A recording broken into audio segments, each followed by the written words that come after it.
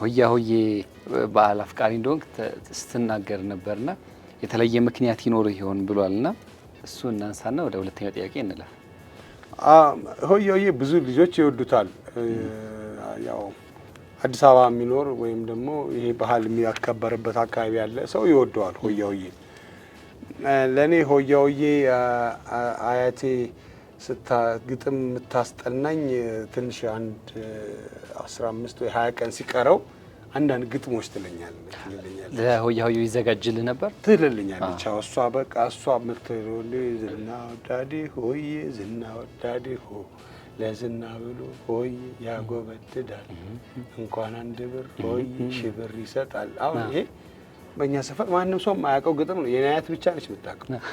ከዛ አያቴም እንደነገረችኝ ስላልተናገርኩ እኔ ነኝ የማውቀው። ጌታ መጣው እባክህ ተአምር ነው። እና ትልልቅ ሰዎች ናቸው ያኔ በር የሚከፍቱትና ደስ ይላቸዋል እንደዛ ምናምን። እና እሱን ስለምታስጠናኝ እንደገና ደግሞ መጀመሪያ ደግሞ የምጨፍረው ከቤት ነው። ከሷ ነው የምጨፍረው። እንደዛ ጨፍረ በደም ሞቅ አድርገህ ከሄድክ ከዛ በኋላ 9 ሰዓት ላይ ና ከተባልክ 11 ሰዓት ነው የምትመጣው።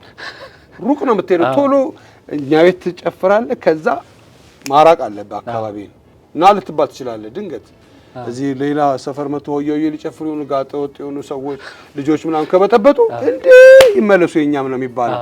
እንዲህ ናቸው ተብሎ ስለሚታሰብ ማለት ነው። ስለዚህ ብን ብለህ ከድልድይ ማዶ ትሄዳለህ። አትሰማም፣ ስልክ የለ ምን የለ፣ ማን ይፈልጋል? በቃ እዛ ሸክሽከ ማታ ነው የምትመጣው። ዘይት በዘይት ሆነ ትመጣለህ። ብስኩት ትበላለህ። ገንዘብ አለ። እዛ 2 ብር ለማዘር በቃ ደፍተሬን ችያለሁ ትላታለህ። ደፍተሬን ቻልክ ከርሳ ምትባላለህ። እና ሆያ ሆዬ ደስ ይላል።